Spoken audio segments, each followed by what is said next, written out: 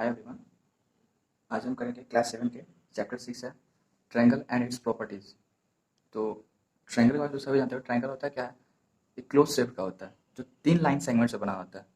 क्या होता है? क्लोज शेप्स का होता है वो 3 लाइन सेगमेंट से बना होता है। जैसे एक ट्रायंगल है, क्लोज्ड है, 3 लाइन सेगमेंट से ये क्लोज्ड होता है, इसे हम लोग ट्रायंगल कहते हैं। ठीक, इसका नाम देते हैं पी क्यू आर। ट्रायंगल और भी होते हैं, इस तरह से भी होते हैं। तो हमारा रहता है, इसमें पहले आता है साइड्स। साइड साइड कौन से हो गए हमारे? ये पी क्यू, क्यू आर और पी आर। साइड क्या हो गया हमारे? पी क्यू, क्यू आर और पी आर, ये साइड हो गए। अब आते हैं एंगल। एंगल कौन सा हो जाएगा इसमें हमारा? एंगल हो जाएगा हमारा ये पी क्यू हो जाएगा और आर हो जाएगा। एंगल पी क्यू और आर हो जाएगा। हम लोग एक और सुन रहे होंगे पिछले क्लास में वर्टेक्स के बारे में। वर्टेक्स क्या होता है? वर्टेक्स क्या होता है? कॉर्नर पॉइंट होती है जो हमारे यहाँ पे एंगल्स के कॉर्नर पॉइंट होती है ना, इसे हम लोग वर्टेक्स कहते हैं। तो हमारे कितने वर्टेक्स हो जाएंगे हमारे पास? एक पी है, क्यू है और आर है, तो वर्टेक्स हो गए। नेक्स्ट आता है हमारा मीडियन। मीडियन क्या है? तो सिंपल से बात भाषा में आप लोग ये बात जान लो, मीडियन एक मिड पॉइंट होती है। मिड पॉइंट क्या होती है तो मैं बता रहा हूँ। मिड पॉइंट से कोई ट्रायंगल है, ट्रायंगल है ए बी सी, एक ट्रायंगल हो गई। ठीक, अगर इस वर्टेक्स से एक लाइन जाके एसी से टच कर रही है, ठीक, तो उसको कहते हैं हम मिड पॉइंट हो जाती है। ये बीचों बीच जाएगी, बीचों बीच जाएगी।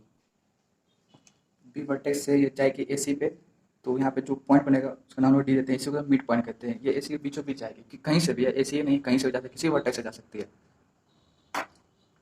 तो कोई भी ट्रायंगल ए बी सी, हम मान लीजिए हम यहाँ सी से डाल रहे हैं मिड पॉइंट इसका, तो यहाँ पे आएगी। ठीक, तो ये कहते हैं मिड पॉइंट। ये हमारी डी क्या हो गई? यहाँ की मिड पॉइंट हो गई। किसकी? ए बी की मिड पॉइंट हो गई डी। क्लियर? अब नेक्स्ट आता है हमारा अल्टीट्यूड। अल्टीट्यूड क्या हो गया? अल्टीट्यूड को मैं बता रहा हूँ, ये परपेंडिकुलर होता है।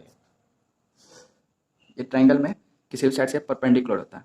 जैसे हमारा एक ट्रायंगल है ए बी सी, तो हम ए के परपेंडिकुलर एक लाइन डाल रहे हैं, तो बी सी का परपेंडिकुलर यहाँ बनेगा और ये हमेशा ये 90 डिग्री का परपेंडिकुलर। तो आप लोग को लग रहा है मिड पॉइंट ऑफ एल्टीट्यूड तो सेम ही है, लेकिन नहीं है, सेम नहीं है। मीडियन क्या होगा? लाइन के बीचों बीच रहेगी, इसके बीचों बीच रहेगी। और हमारा जो एल्टीट्यूड होता है परपेंडिकुलर। अब ये ट्रायंगल था ना, तो कुछ ऐसा ट्रायंगल लेते हैं, तो ये ऐसे आएगी परपेंडिकुलर इसकी ए बी सी। और हमारा जो मीडियन होता तो मीडियन कुछ हमारा इस बीच पे आती, दोनों बराबर डिवाइड होता ठीक ना। यहाँ पे एक पॉइंट हो जाता, मीडियन होता बी बराबर ई सी, इस तरह से आता। ठीक ना, बी बराबर ई सी हो जाती और यहाँ पे क्या, ये परपेंडिकुलर होगी बी सी के। ये हमारा नेक्स्ट टॉपिक आता है exterior angle of triangle and it's property. तो एक्सटीरियर एंगल पिछली क्लास में बताया था एक्सटीरियर एंगल होता क्या है, कॉरस्पॉन्डिंग एंगल बताया था, एक्सटीरियर बताया था, इंटीरियर बताया था। मैं यहाँ पे भी बताया था कि ट्रायंगल में था वो एंगल था।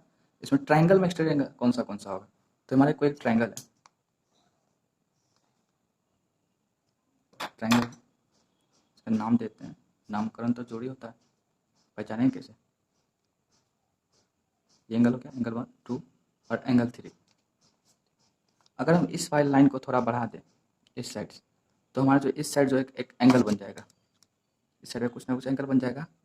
ये हमारा हो जाता है एक्सटीरियर एंगल। ये 4 मान लेते हैं, ये हमारा क्या हो गया? Exterior angle. और ये 1 2 3 हो जाता है इंटीरियर एंगल हो जाता है ये। ठीक, और इसमें एक बात और आती है,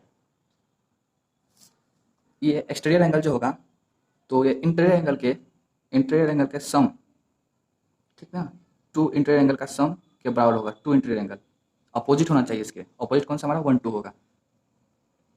सम of two interior opposite angles, तो हमारा एंगल 4 के कितना हो जाता है हमारा, एंगल 1 प्लस एंगल 2, ये कुछ होती है।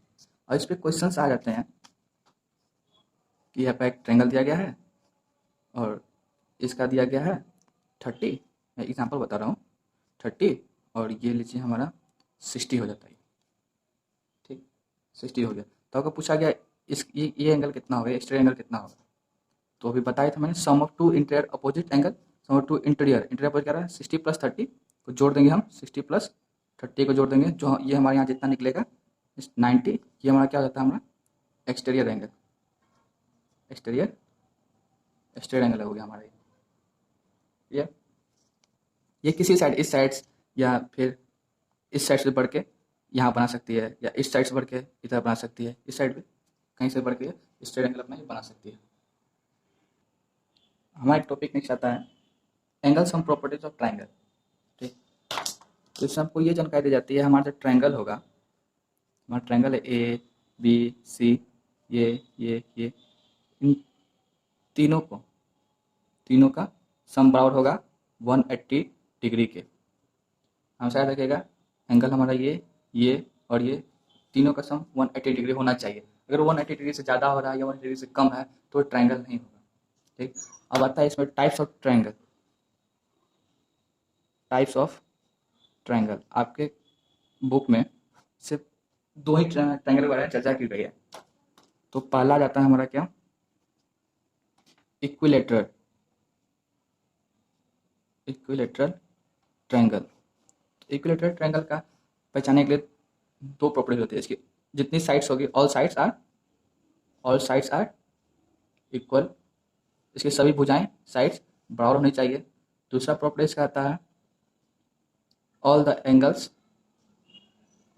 आर इक्वल, इसके जितने एंगल होने चाहिए वो भी इक्वल होने चाहिए। अगर 40 है तो सारे 40 होने चाहिए, अगर 30 है तो सारे 30 होने चाहिए, 50 है तो सारे 50 होने चाहिए। तो ऐसा ही कुछ आता है। तो मैं फिगर से समझा दे रहा हूँ इसे। ये हमारा ट्रायंगल हो गया पी क्यू आर। तो क्या पहला साइड्स आर इक्वल, तीनों साइड्स इक्वल होंगे इसके। नहीं चाहता all the angles are equal, all the angles सारे एंगल्स भी बराबर होंगे। क्लियर। अब सेकंड हमारा आता है, आइसोसेलेस ट्रायंगल। आइसोसेलेस ट्रायंगल से क्या होता है, इसके टू साइड्स आर इक्वल, इसके केवल 2 साइड्स इक्वल होंगे। जैसे हमारा ट्रायंगल है तो इसके 2 साइड्स इक्वल हो जाएंगे तो हमारा आइसोसेलेस ट्रायंगल हो जाएगा। अगर ये साइड मैच नहीं कर रहा, 2 साइड मैच कर रहा तो आइसोसेलेस ट्रायंगल होगा। अगर तीनों साइड मैच कर रहा तो इक्विलेटरल हो जाएगा हमारा, ठीक। ट्रायंगल इस तरह से हो सकते हैं, इस तरह से बराबर हो सकते हैं। ये आ जाएंगे आइसोसेलेस ट्रायंगल के बारे में। हमारा अगला टॉपिक हो जाता है प्रॉपर्टीज ऑफ ट्रायंगल। तो इसकी प्रॉपर्टीज क्या होनी चाहिए ट्रायंगल होने की। तो मेरे कोई एक ट्रायंगल है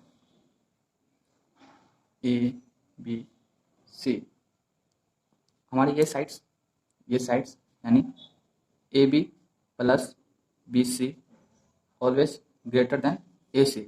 हमारा जो इन दोनों का जोड़ होगा, ए सी साइड्स बी सी ये प्लस साइड्स, ये दोनों का जोड़ ए सी का ग्रेटर होता है,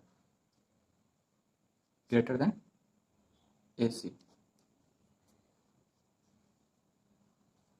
या फिर हमारे इसका A B plus A C greater than B C, ये हो। अब नेक्स्ट आता है आप लोग का राइट एंगल ट्रायंगल, ठीक, और पाइथागोरस प्रॉपर्टी कह लो या थ्योरम। तो ये आता है। तो पहले हम जानते हैं राइट एंगल ट्रायंगल क्या होता है। राइट एंगल ट्रायंगल क्या होगा, ये ऑलवेज 90 डिग्री का होगा, ये 90 डिग्री होना चाहिए। यही साइड इधर से बन सकता है, हमेशा 90 डिग्री होना चाहिए, ठीक। 90 डिग्री अगर होगा तो ये राइट एंगल ट्रायंगल होगा 90 डिग्री, ठीक। इसे मैं आपको बता देते हैं। तो ये डॉट लाइन बता देता हूँ इसे। ये डॉट लाइन जो हो जाती है हमारी ट्रायंगल हो जाती है पी क्यू आर, इसे भी कहते हैं हम लोग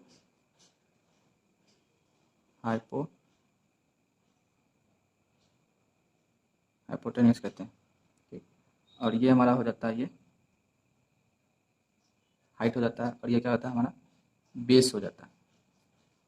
according to Pythagoras theorem, according to Pythagoras, इनका कहना क्या है पाइथागोरस का, कि आपके पास एक ट्रायंगल है, राइट एंगल ट्रायंगल, कोई भी ट्रायंगल राइट एंगल ट्रायंगल होना चाहिए, जहाँ पी क्यू आर है, ये हाइपोटेनस हो गया, ये हाइट हो गई, ठीक, ये बेस हो गई, ठीक है। तो इसका कहना है हाइपोटेनियस का स्क्वायर बराबर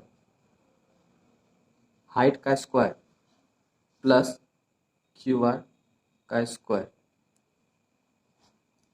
पी आर एच का स्क्वायर बराबर हाइट का स्क्वायर प्लस बेस का स्क्वायर।